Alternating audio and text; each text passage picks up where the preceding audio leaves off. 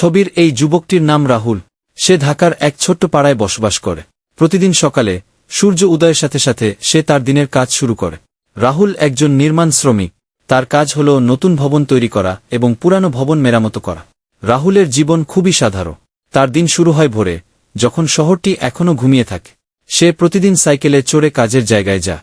তার সাথে থাকে একটি ছোট্ট ব্যাগ, যেখানে থাকে তার দুপুরের খাবার এবং কাজের প্রয়োজনীয় কিছু সরঞ্জাম। সে যে ভবনগুলো তৈরি করে সেগুলোতে বাস করবে এমন অনেক পরিবার। রাহুল সবসময় ভাবেন তার কাজের মাধ্যমে তিনি তাদের জন্য একটি নিরাপদ ও সুন্দর বাসস্থান তৈরি করছেন। এই ভাবনাই তাকে প্রতিদিন নতুন উদ্যমে কাজ করতে অনুপ্রাণিত করে। রাহুলের জীবনে অনেক কষ্ট আছে, কিন্তু সে সবসময় হাসিখুশি থাকে। তার হাসি এবং পরিশ্রমের মধ্যে লুকিয়ে আছে তার জীবনের গল্প। সে জানে যে তার পরিশ্রম একদিন সফল হবে এবং তার পরিবার এক ভালো জীবনে পৌঁছবে। কখনো কখনো কাজের ফাঁকে রাহুল ভবনের ছাদে উঠে যায়। সেখানে দাঁড়িয়ে সে শহরের দৃশ্য